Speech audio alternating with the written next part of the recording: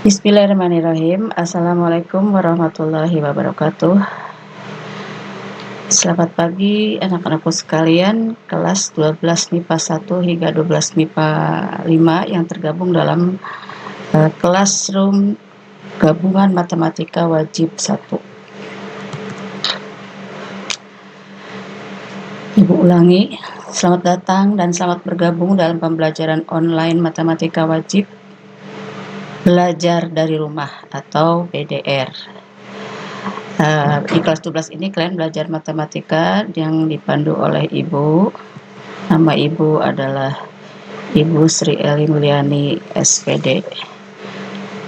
Nah, ini foto Ibu yang formal ya, foto yang selalu Ibu sematkan di setiap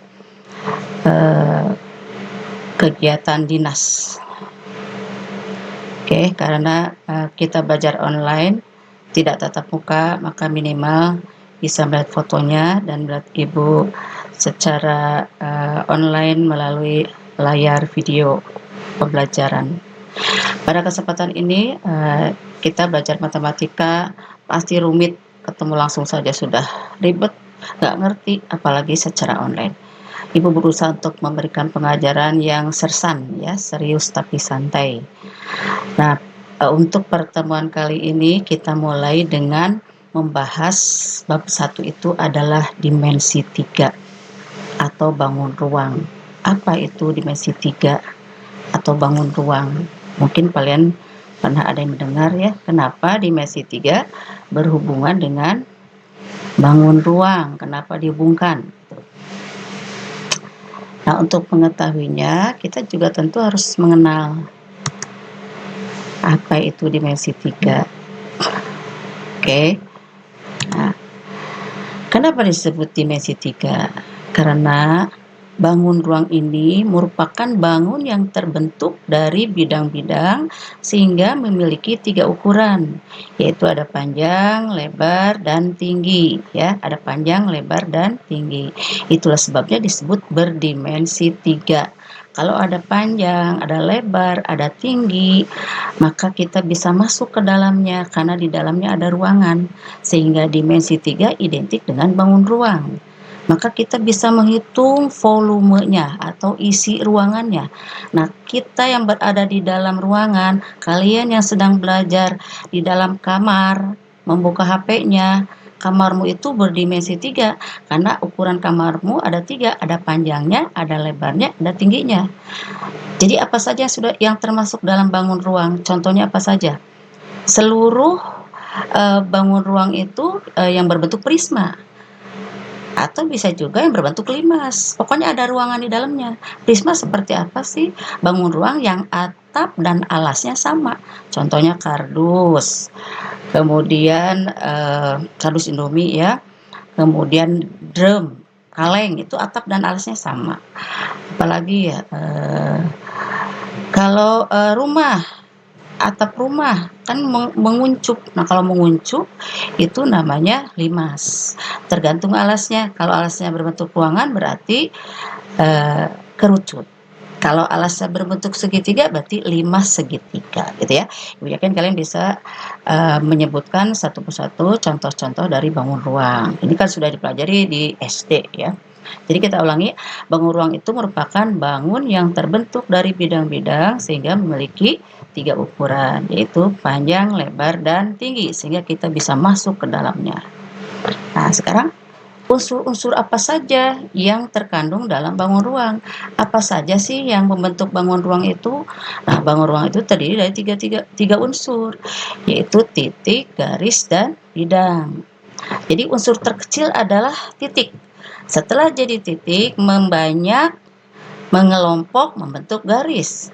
Setelah membentuk garis, membanyak lagi, makin banyak menjadi bidang. Lalu bidang-bidang itu bergabung, maka membentuk ruang. Jadi titik merupakan unsur terkecil dari suatu bangun ruang. Kita bahas satu persatu ya. Yang pertama titik. Apa sih titik itu? Dalam matematika harus didefinisikan segala. Nah, dalam matematika, titik itu hanya dapat ditentukan oleh letaknya, tetapi tidak mempunyai ukuran. Jadi titik itu nggak punya ukuran, sehingga dikatakan tidak berdimensi. ya, karena nggak ada ukuran. Kemudian apalagi yang diketahui dalam titik? Nah, titik biasanya dalam matematika ditulis dengan huruf besar, digambarkan dengan sebuah noktah, ya, noktah itu titik. Nah, misalkan kayak gini nih, ini titik A. Nah, ini yang warna hitam ini sebagai noktahnya, ya. Kemudian kita juga misalkan punya titik lain, titik B. Nah, ini noktahnya. Jadi dia dinyatakan dalam huruf besar sebuah titik itu. Oke ya. Coba simpulkan sambil jangan lupa dicatat. Jadi titik itu tidak berdimensi, hanya ditentukan oleh letaknya dan ditulis dengan menggunakan huruf besar dan digambarkan dengan nokta. Apalagi yang diketahui dalam unsur-unsur bangun ruang? Kita lihat yang kedua adalah garis. Dalam hal ini adalah garis lurus, bukan garis bergelombang atau garis bengkok, tapi garis lurus. Garis itu sebetulnya apa sih? Nah, garis itu dalam pandangan matematika adalah merupakan kumpulan titik-titik. Nah, seperti ini kan garis nih. Nah, ini kan garis nih, ya. Nah, garis ini sebetulnya kumpulan dari titik-titik yang banyak banget, makin banyak, makin merapat, maka dia membentuk sebuah garis lurus. Jadi dari titik terus berkumpul banyak, maka membentuk sebuah garis lurus. Lalu garis nyatakan dalam bentuk apa? Garis hanya mempunyai ukuran panjang. Nah, ini ada panjang garis, tidak ada lebar garis, tapi panjang garis, ya. Apalagi yang diketahui dalam garis? Garis ditulis dengan menggunakan huruf kecil. Misalkan garis G, G-nya huruf kecil. Garis K, K-nya huruf kecil. Dan seterusnya. Boleh nggak Bu? L, A, B, C, dan seterusnya boleh. Tetapi biasanya dalam matematika itu sudah ada ketetapan khusus. Kalau garis biasanya G, L, M, dan seterusnya. Atau boleh Bu, saya mah nggak suka huruf kecil, huruf besar boleh. Yaitu dinyatakan dalam dua huruf besar yang disematkan di setiap ujungnya. Titik pangkal dan titik ujung. Nah, kayak gini. Nah, misalkan ini garis yang warna biru ini kita kasih nama garis G. Nah, satu huruf kecil. Boleh ditaruh di ujungnya, tapi tidak nempel ya, atau di tengah boleh. Lalu misalkan garis yang berwarna kuning ini kita kasih nama garis K, ya, dengan menggunakan huruf kecil. Ah, saya mah nggak mau, pengen huruf besar, boleh. Ya, misalkan garis yang berwarna merah ini kita kasih nama garis P dan Q. Nah, seperti ini. Ya, garis P dan Q. Jadi garis dinyatakannya bisa satu huruf kecil atau dua huruf besar di setiap ujungnya. Bisa ya, bisa kalian pahami. Jangan lupa catatannya, walaupun singkat, tapi ini nanti di akhir pertemuan kan ada tanya jawab. Oke, selanjutnya apa lagi yang ada dalam unsur-unsur yang terkandung dalam bangun ruang? Tadi titik, kemudian garis, sekarang bidang. Bidang yang kita bahas di sini adalah bidang datar, bukan bidang lengkung, ya, bidang datar. Nah, bidang itu apa sih? Nah, bidang itu pada dasarnya memiliki luas yang tidak terbatas. Kenapa tidak terbatas? Nah, contohnya lantai yang kamu injak sekarang di kamarmu itu sebidang sebetulnya dengan lantai dapur, lantai ruang tengah, lantai ruang tamu, bahkan teras rumahmu itu sebidang, ya.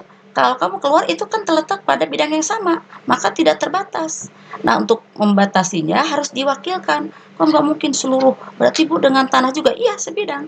Nah, kita batasi dengan sekat-sekat, kamar ini disekat, ruang dapur disekat, kemudian ruang tamu disekat. Nah, penyekatan-penyekatan itu membentuk bidang-bidang kecil, karena kalau diperlihatkan semua terlalu luas, bahkan bumi yang menghampar ini sebagai bidang yang tidak terbatas. Nah, perwakilannya itu kita kasih nama. Cara memberi namanya nanti Ibu sampaikan ya. Yang sekarang kita lihat dulu, bidang itu disebut dimensi 2. Kalau ruang kan 3, panjang, lebar, tinggi. Kalau bidang 2, kenapa? Karena ada panjang dan lebar saja. Maka berdimensi 2, ukurannya 2 ya. Nah, penulisan bidang bisa dinyatakan dalam suatu huruf kecil. Nah, biasanya dalam matematika dinyatakan dalam huruf Yunani, alfa, beta, atau gamma. Ini hanya kesepakatan. Kalau kamu misalkan nggak suka, Ibu alfa, beta, gamma, saya mah baru ngelihatnya aja udah liur. Ya udah ganti dengan huruf A, B, C, tapi kecil dan ditaruh di atau dituliskan di pojok sebelah kiri bawah bidang itu. Kalau huruf besar boleh? Boleh. Kita simpan di setiap titik sudut bidang yang membentuk bidang itu. Kalau misalkan titik sudutnya 4, maka titiknya kita cantumkan 4. Kalau 3, 3. Contoh segitiga kan cuma 3 sudut. Ambil titik A, B, dan C. Nah, kita lihat ilustrasinya. Nah, misalkan bidang yang warna merah ini, kita kasih nama. Pokoknya dalam setiap matematika, apapun itu harus dikasih nama. Coba aja tadi, titik kasih nama, garis dikasih nama. Nah, sekarang bidang juga kita kasih nama di sebelah pojok kiri bawah. Nah, ini bidang alfa. Bu nggak mau beta? Boleh. Gamma dan seterusnya. Bu, saya mau pakai huruf besar. Oke. Kalau huruf besar gimana tadi syaratnya? Kita simpan di setiap titik sudut yang membentuk bidang tersebut. Karena bidang yang tergambar di sini berbentuk jajaran genjang, maka kita sematkan 4 titik sudut. Jadi bisa saja ini sebetulnya bukan jajaran genjang ya, bisa saja ini segi 4, cuma dilihat dari samping jadi miring. Oke ya, jadi bidang kita simpulkan mempunyai 2 dimensi atau berdimensi 2 karena ukurannya panjang dan lebar. Sekarang kita coba ke contoh-contoh soalnya ya supaya jelas. Nah, ini contoh yang pertama. Contoh yang pertama apa? Lobo mulai liar kalau sudah ada tulisan-tulisan gitu. Sebetulnya tidak, kita hanya membaca. Ini belum menghitung ya, baru membaca. Misalkan diketahui kubus ABCD titik EFGH dengan panjang rusuk 6 cm. Titik menyatakan ABCD sebagai atap, EFGH sebagai alas. Nah, panjang rusuknya bebas lah, misalkan kita ambil 6. Nggak usah dipusingkan karena di sini kita tidak ada hitung-menghitung, hanya menyebutkan. Sebutkan satu, misalkan yang pertama titik-titik sudut kubus. Kedua, garis-garis pada bidang alas. Ketiga, bidang-bidang pada alas dan atap. Coba dicatat dulu. A, titik-titik sudut kubus atau difoto ya. B, garis-garis pada bidang alas. C, bidang-bidang alas dan atap. Nah, sekarang kita jawab. Tentu saja dalam matematika, ada satu lagi pertanyaan, bidang-bidang tegak yang membentuk kubus itu. Nah, dalam matematika tentu gambar sangat membantu menyelesaikan soal. Sekarang bagaimana penyelesaiannya? Nah, kita harus punya gambar dulu supaya jelas. Nah, ini kubusnya terdiri dari berapa bidang, nanti kalian hitung. Di sini Ibu kasih nama, alasnya ABCD, lalu atapnya EFGH. Ya, sekarang sesuai pertanyaan, kita lihat penyelesaiannya. Mana titik-titik sudut kubus? Ya, ini yang ada di sudut. A, B, C, D, E, F, G, H. Nah, ini titik-titik sudut kubus, berarti ada 8 ya. Kemudian yang kedua, mana garis-garis pada alas? Karena alasnya adalah A, B, C, D, maka garis-garisnya bisa kita sebutkan garis AB, BC, CD, DA, atau AD boleh. Bisa juga AC, bisa juga BD. Gampang ya, ini mah kayak pelajaran anak PAUD. Selanjutnya, mana bidang-bidang yang terletak pada alas dan atap kubus? Bidang alas ini, yaitu ABCD. Ini bidang alas. Berdimensi 2, lihat. Panjang, lebar. Bidang atap, EFGH. Panjang, lebar. Karena kebetulan kubus panjang dan lebarnya sama ya. Ini bidang ini maka disebut tadi jangan lupa berdimensi 2. Selanjutnya apa? Bidang-bidang tegak. Bidang-bidang tegak pada kubus itu bidang-bidang yang berdiri. Nih. 1 ADHE ini yang berdiri. Lalu yang depan 2 ABFE. Ketiga BCGE. Pokoknya berdiri aja yang tegak. 4 CDHG. Yang ABCD itu alas, EFGH atap. Kalau kalian perhatikan coba, jadi ada berapa bidang yang membentuk kubus ini? Oke ya, nanti bisa dijawab dalam komunikasi dan interaksi di chattingan langsung ya. Itu contoh satu ya, paham ya? Jadi ada 8 titik, kemudian garis-garisnya banyak, garis tegaknya, kalian bisa lihat pada gambar nih garis tegaknya ada 4, lalu bidang tegak, bidang alas, dan bidang atap. Oke, sekarang kita lihat contoh kedua. Bagaimana dengan contoh kedua? Jangan kubus lagi. Misalkan kita ambil limas. Limas itu jangan lupa. Tadi adalah bukan prisma, atap dengan alasnya nggak sama ya, atapnya mengerucut. Nah, diketahui limas segi 4 T, A, B, C, D. Tentukan titik-titik sudut pada limas. Lalu yang B, garis-garis pada alas limas. Yang C, bidang-bidang yang membentuk limas. Jangan lupa difoto. Foto dulu ya. Sekarang kita jawab. Jangan lupa seperti biasa kita harus cantumkan gambarnya, gambar limas. Nah, seperti ini, misalkan limas, lihat. Ini alasnya ABCD berbentuk segi 4, lalu ujungnya titik T, mengerucut kan, jadi atap dengan alas nggak sama, maka disebut limas. Kalau sama, prisma. Nah, kalian bisa lihat ini ada berapa bidang yang membentuk limas ya. Selesai pertanyaan tadi, kita lihat penyelesaiannya. Manakah titik-titik sudut pada limas? Yaitu A, B, C, D, dan T. Kenapa O tidak? Nah, kalian harus bisa jawab. Kenapa? O tidak di sudut, dia ada di tengah. Ini kan ditanya titik sudut. Lalu yang kedua, garis-garis yang terletak pada alas apa saja? Banyak. Ada AB, BC, CD, DA, AC diagonal ya, lalu BD. Kalau OC boleh? Boleh, kan terletak pada alas. DO, AO, OB, dan seterusnya. Banyak banget. Oke. Selanjutnya apa yang ketiga atau yang C? Bidang-bidang yang bentuk limas. Ini ada berapa bidang? Pertama TAB, ini yang depan nih. TAB. Kemudian TBC, ini yang samping kiri.